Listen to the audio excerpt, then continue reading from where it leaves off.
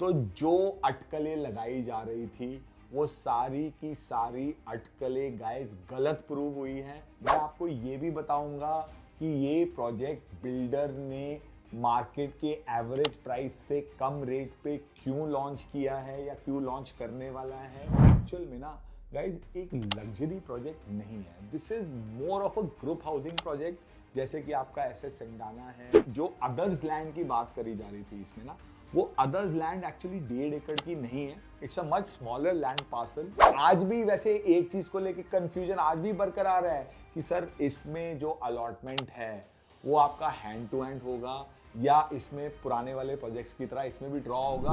Hi guys, this is your trusted real estate guide Abhay. Guys, आज मैं आपको दोबारा से मिलने आया हूं एक नए प्रोजेक्ट रिव्यू के साथ, जिसका कि अभी 2-3 दिन पहले रेरा रिसीव हुआ है। Yes, I am talking about MR 112 Urban Ascent. मैंने 2-3 हफ्ते पहले एक वीडियो बनाया था जिसमें कि मैंने बात करी थी कि गुड़गांव में कैसे नए लॉन्चेस आ रहे हैं जिसमें कि बिल्डर कुछ सेंसिबल प्राइसिंग लोगों को अब ऑफर करने लगे हैं। उस वीडियो में सबसे पहले मैंने MR के प्रोजेक्ट के बारे में ही बताया था। ठीक है, आज के वीडियो में गाइस मैं आपको इस प्रोजेक्ट की क्रेडिबल वेरीफाइड इंफॉर्मेशन दूंगा। ठीक है, मैं आपको बताऊंगा कुछ इसमें चेंजेस हुए हैं जो कि पहले मार्केट में कुछ और इन्फॉर्मेशन फ्लोट हो रही थी, अब कुछ और इन्फॉर्मेशन फ्लोट हो रही है। मैं आपको ये भी बताऊंगा कि ये प्रोजेक्ट बिल्डर ने मार्केट के एवरेज प्राइस से कम रेट पे क्यों लॉन्च किया है या क्यों लॉन्च करने वाला है, और इस प्रोजेक्ट में जो इंफॉर्मेशन को लेके कंफ्यूजन रहा है उससे हम लोग क्या गोइंग फॉरवर्ड सीख सकते हैं। ठीक है गाइस, तो सबसे पहले मतलब ना, before I talk about anything today, I would like you guys to see a small clip जो कि मैंने लास्ट वाले वीडियो में MR का प्रोजेक्ट 112 में आने वाला है उस प्रोजेक्ट के बारे में। जब मैंने 10-12 दिन पहले वीडियो बनाया था मैंने क्या बातें बोली थी, एक बार आप पहले वो क्लिप देखिए। ठीक है, मैं नहीं एक्सपेक्ट कर रहा कि 15 जनवरी से पहले इस प्रोजेक्ट को लेके हमें कुछ क्लैरिटी मिलेगी। इसका रेरा अभी भी अवेटेड है।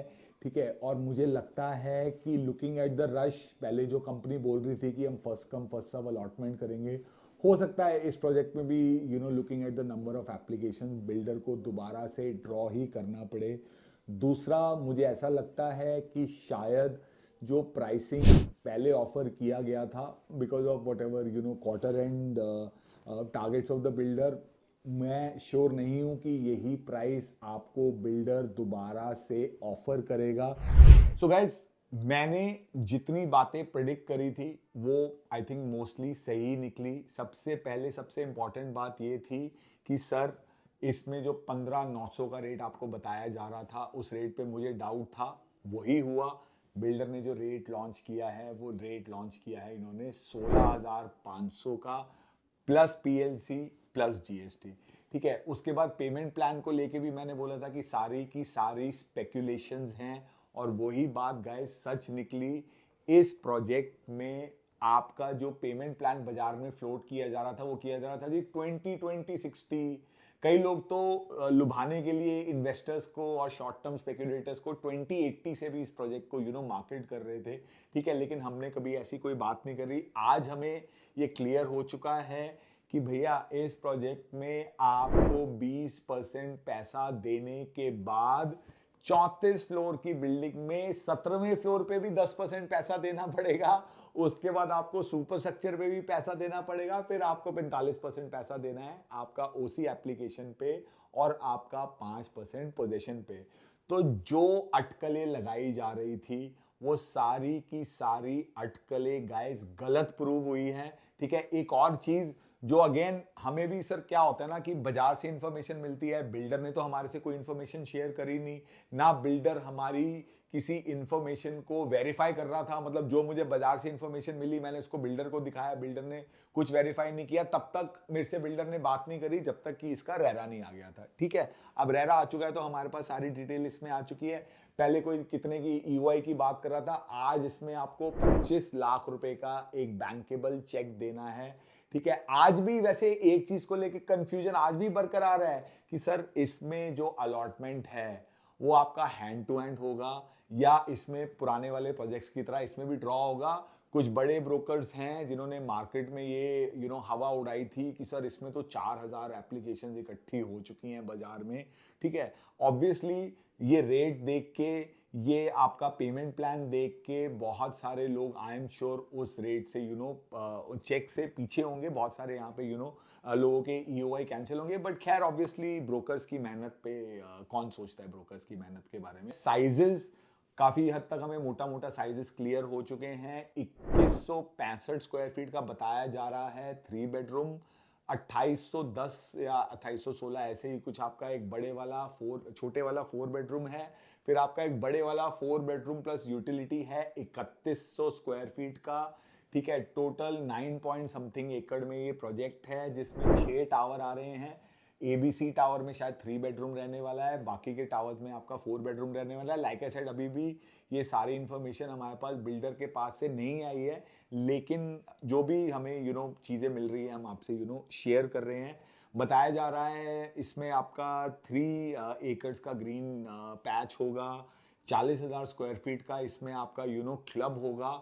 अब मैं आपको गाइस बताता हूं कि जो एक क्वेश्चन मेरे से ना कुछ लोगों से मैंने डिस्कस किया, तो मुझसे लोगों ने पूछा कि यार अबे भाई ये एमआर वाले ये रेट क्यों लॉन्च कर रहे हैं, क्यों इस रेट पे एमआर ये प्रोजेक्ट लॉन्च कर रहा है, ये सब लोगों के माइंड में क्वेश्चन है। तो उसके मेरे ख्याल से ना 3-4 रीजन है। सबसे पहला रीजन तो आपको और यूट्यूबर्स भी बता चुके हैं ऑलरेडी कि भैया एमआर ने बहुत पुरानी जमीन खरीदी थी। ये प्रोजेक्ट आपका कहीं 2012 में आया था, उस टाइम पर्चियां चलती थी 12-13 में। 8000 से सुनने में आता है कि 8000 से इसकी पर्चियां बिकनी शुरू हुई थी, 10,000 तक एक ही दिन में इसका रेट चला गया था। ठीक है, उसके बाद बिल्डर ने प्रोजेक्ट विड्रॉ कर लिया था। अभी कुछ टाइम पहले इन्होंने 2 टावर्स का एक छोटा पैच निकाला था जिसमें इन्होंने सीजीएचएस टाइप लिमिटेड अपार्टमेंट बनाए थे विद नॉट मच एमिनिटीज। ठीक है, उसके अलावा हाँ एक चीज मैं आपको और बताना भूल गया इसमें कि जो अदर्स लैंड की बात करी जा रही थी इसमें ना, वो अदर्स लैंड एक्चुअली 1.5 एकड़ की नहीं है। It's a much smaller land parcel. जो कि मैंने बिल्डर से पूछा था तो उन्होंने बताया कि यस, जो हमारा जो प्रोजेक्ट की बाउंड्री है वो एक जगह पे थोड़ी सी टेढ़ी होगी, हम वहां पे कोई ग्रीनरी बना देंगे तो वो एरिया सोसाइटी में रहने वालों को नजर भी नहीं आएगा। बट इट्स नॉट अ 1.5 एकड़ land parcel as has been quoted by multiple people in the past. तो गाइस एक तो सस्ती जमीन हो गई। उसके अलावा ना दूसरी चीज आप एक बात समझना कि ये एक्चुअल में ना गाइज एक लग्जरी प्रोजेक्ट नहीं है। This is more of a group housing project, जैसे कि आपका एसएस सेंडाना है या जैसे कि आपका हीरो होम्स का 104 का प्रोजेक्ट है, शाहपुरजी का 102 का प्रोजेक्ट है। क्योंकि इस प्रोजेक्ट में अगर आप देखोगे 9 एकड़ में मोटा मोटा 800 समथिंग यूनिट्स यहाँ पे आने वाले हैं, which will make it a density of close to 85 to 90 units पर एकड़। ठीक है, अब ऑब्वियसली 85 टू 90 यूनिट्स पर एकड़ में तो आपकी डेंसिटी थोड़ी सी ज्यादा ही आएगी। उसके अलावा ऑब्वियसली एक और रीजन यहाँ पे जो मुझे लगता है कम रेट होने का वो ये है कि भैया आपका 40,000 स्क्वायर फीट का क्लब हो गया।